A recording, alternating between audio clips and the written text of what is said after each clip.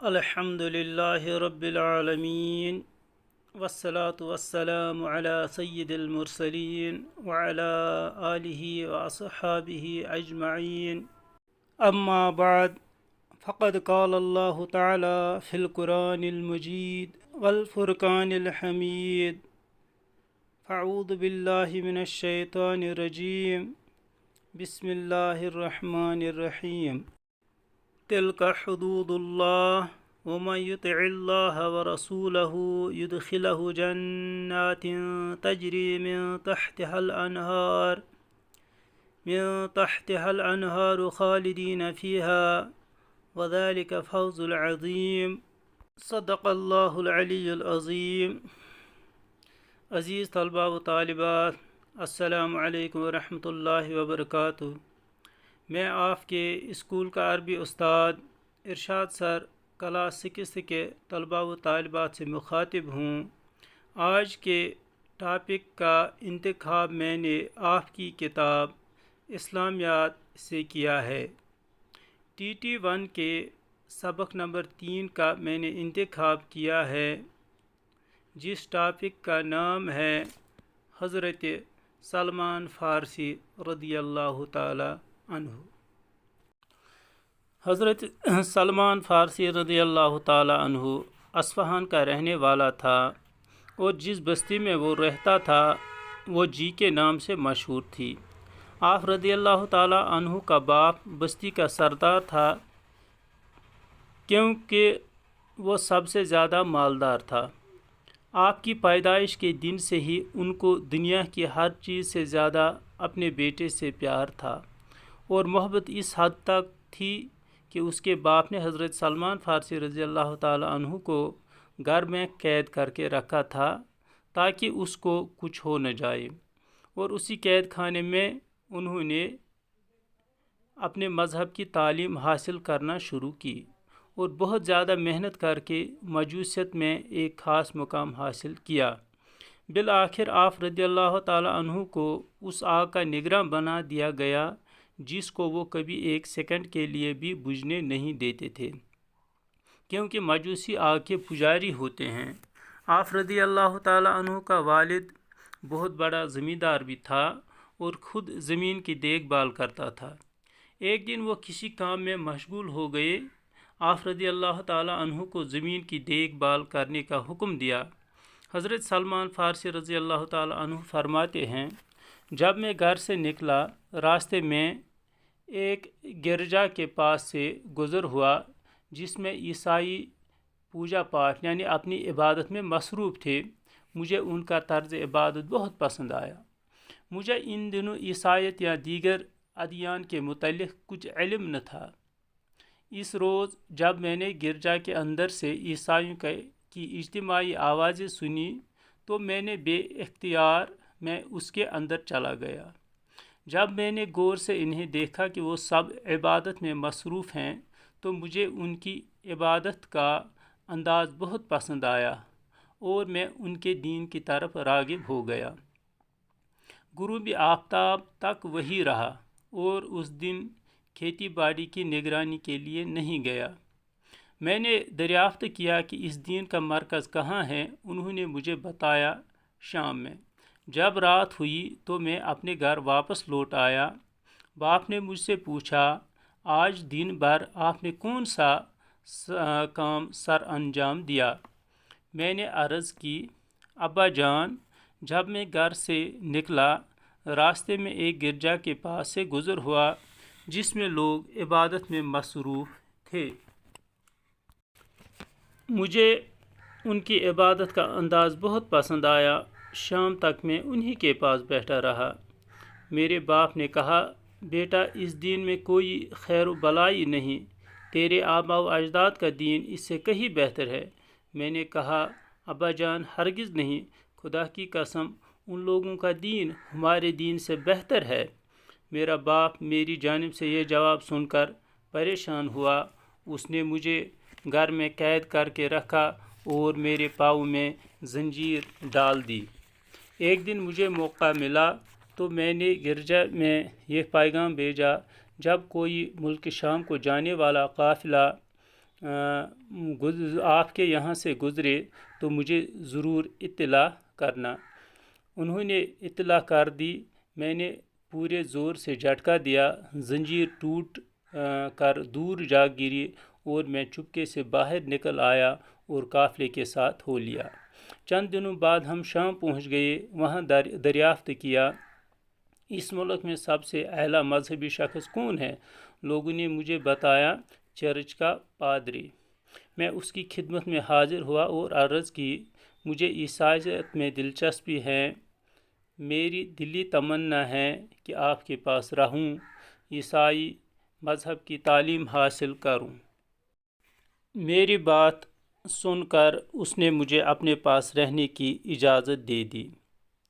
یہ آدمی اچھا نہیں تھا، یہ اپنے پیروکاروں کو صدقہ و خیرات کرنے کا حکم دیتا اور جب وہ اپنے مال و متاع لے کر حاضر ہوتے تو یہ سب مال خود ہڑپ کر جاتا، فقراء و مساکین کو اس میں سے کچھ نہ دیتا۔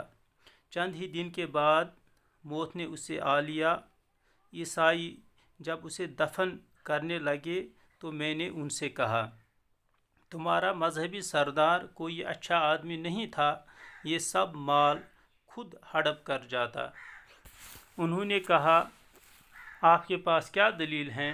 میں نے انہیں وہ خفیہ جگہ بتائی جہاں اس نے وہ مال دبا کر رکھا تھا۔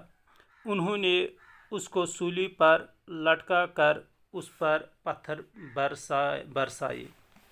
چند روز گزرنے کے بعد جب لوگوں نے دوسرا شخص کو اپنا مذہبی رہنما منتخب کر لیا، میں نے اس کی خدمت شروع کر دی اور اس سے تعلیم حاصل کرنے لگا۔ میں نے دیکھا یہ شخص بہت بڑا زاہد، آخرت کا متمنی اور دن رات عبادت میں مصروف رہنے والا تھا۔ جب اس کی موت کا وقت قریب آیا تو میں اس کے پاس گیا۔ میں نے عرض کی کہ حضرت، اب میں کہاں جاؤں؟ میرے لیے کیا حکم ہے؟ اس نے کہا، بیٹا، موصل میں ایک شخص رہتا ہے جو ہمارے مشن پر قائم ہے، تم اسی کے پاس چلے جانا۔ میں سیدھا موصل روانہ ہو گیا اور اس شخص سے ملاقات کی جس کے متعلق مجھے بتایا گیا تھا۔ میں نے اپنا سارا حال بیان کیا۔ وہ میری باتوں سے متاثر ہوا اور اپنے پاس رہنے کی اجازت دے دی۔ میں نے اس پادری کو بہت بہتر پایا۔ یہ بھی پہلے مذہبی رہنما کی طرح زاہد، عابد، متقی اور خدا ترس انسان تھا، لیکن تھوڑے ہی عرصہ بعد اس کا آخری وقت بھی آ پہنچا۔ میں نے عرض کیا، حضرت، اب میں کہاں جاؤں؟ آپ کو پتہ ہے میری دلی تمنا کیا ہے؟ اس نے ارشاد فرمایا، بیٹے، نسپن نامی بستی میں فلاں شخص کے پاس چلے جاؤ، وہ ہمارے مشن پر قائم ہیں۔ میں سیدھا اس مذہبی رہنما کے پاس پہنچ گیا جو بستی میں رہتا تھا اور اپنا سارا حال بیان کیا۔ اس نے میری باتیں سن کر مجھے اپنے پاس رہنے کی اجازت بھی دے دی۔ یہ بھی پہلے کی دونوں کی طرح بڑا زاہد، عابد، متقی اور خدا ترس انسان تھا، لیکن خدا کا کرنا ایسا ہوا کہ اسے بھی اجل نے زیادہ مہلت نہ دی۔ میں نے حسب معمول عرض کی، حضرت، آپ میری تمنا کو جانتے ہیں، اب میرے لیے کیا حکم ہے؟ اس نے کہا، بیٹا، اموریہ بستی میں فلاں شخص کے پاس چلے جاؤ، وہ ہمارے مشن پر قائم ہیں۔ میں اس سے جا ملا، اموریہ کی بستی کے اس پادری کو، اور اپنا سارا حال بیان کیا۔ اس نے مجھے اپنے پاس رہنے کی اجازت دی۔ تعلیم کے ساتھ ساتھ یہاں مجھے کاروبار کے مواقع بھی میسر آئے۔ کاروبار میں بہت برکت ہوئی، جس سے بہت سی گائیں اور بکریاں میرے پاس جمع ہو گئی، لیکن قدرت کا کرنا ایسا ہوا کہ انہیں بھی زیادہ مہلت نہ ملی۔ تو جب ان کے موت کا وقت قریب آیا، میں نے عرض کی، حضرت، اب میرے لیے کیا حکم ہے؟ اس نے کہا، خدا کی قسم روئے زمین پر اب کوئی ایسا شخص باقی نہیں رہا جو ہمارے مشن پر قائم ہو، لیکن سرزمین عرب میں ایک نبی مبعوث ہونے والا ہے جو دین ابراہیمی لے کر آئے گا۔ پھر وہ اپنے وطن سے ایک ایسے علاقے کی طرف ہجرت کرے گا جہاں سیاہ خشک پتھروں کے درمیان کھجوروں کے باغات ہوں گے۔ اس کی چند ایک واضح نشانیاں بھی ہوں گی۔ وہ ہدیہ تو کھا لے گا لیکن صدقہ کی چیز نہیں کھائے گا، اور اس کے کندھوں کے درمیان مہر نبوت ہوگی۔ اگر آپ وہاں جانے کی طاقت رکھتے ہو تو میری نصیحت ہے ضرور جائے اور ان سے ضرور ملیں۔ میں بہت عرصہ تک موریا بستی میں رہا۔ ایک مرتبہ قبیلہ بنو کلب کے عرب تاجر یہاں سے گزرے۔ میں نے ان سے کہا اگر تم مجھے بھی اپنے ساتھ لے جاؤ تو میں اس کے عوض یہ سب گائیں اور بکریاں تمہیں دے دوں گا۔ انہوں نے کہا ہمیں یہ سودا منظور ہے۔ میں نے سارا سامان ان کے حوالے کر دیا اور انہوں نے مجھے اپنے ساتھ سوار کر لیا۔ جب ہم وادی القریٰ میں پہنچے تو انہوں نے میرے ساتھ دھوکہ کیا اور مجھے ایک یہودی کے ہاتھ فروخت کر دیا۔ مجھے مجبوراً اس کی غلامی میں رہنا پڑا، لیکن کچھ عرصہ کے بعد اس کا چچا زاد بھائی ملنے کے لیے آیا اور اس نے مجھے خرید لیا اور اپنے ساتھ یثرب لے گیا۔ وہاں میں نے کھجوروں کے وہ باغات دیکھے جو اموریہ کے پادری نے مجھے بتائے تھے۔ میں دن بھر ان کا کام کرتا اور زندہ رہنے کے لیے معمولی سا 2 وقت کا کھانا مل جاتا۔ یوں ہی میری زندگی کے دن گزرنے لگے۔ ان دنوں نبی کریم صلی اللہ علیہ وسلم مکہ معظمہ میں اپنی قوم کو دین اسلام کی دعوت دینے میں مصروف تھے، لیکن غلامی کی وجہ سے آپ صلی اللہ علیہ وسلم کے متعلق زیادہ معلومات حاصل نہ کر سکا۔ تھوڑے ہی عرصہ بعد رسول اکرم صلی اللہ علیہ وسلم ہجرت کر کے یثرب پہنچ گئی۔ میں اس وقت کھجوروں کی چوٹی پر کام میں مصروف تھا۔ اس کا چچا زاد بھائی دوڑتا ہوا آیا، کہنے لگا خدا بنو قبیلہ کو تباہ کرے، وہ آج قبا میں اس شخص کے استقبال کے لیے جا رہے ہیں جو مکہ سے ہجرت کر کے آ رہا ہے اور اس کا دعویٰ ہے کہ میں نبی ہوں۔ جب شام کا وقت ہوا تو میں نے کھجوروں کا تھیلا بغل میں لیا اور تلاش کرتے کرتے وہاں پہنچ گیا جہاں رسول اکرم صلی اللہ علیہ وسلم جلوہ افروز تھے۔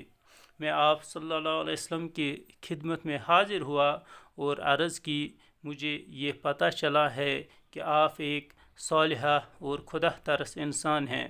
یہ میرے پاس صدقہ کی کچھ کھجوریں ہیں، یہ میں آپ کی خدمت میں پیش کرنے کے لیے حاضر ہوا ہوں۔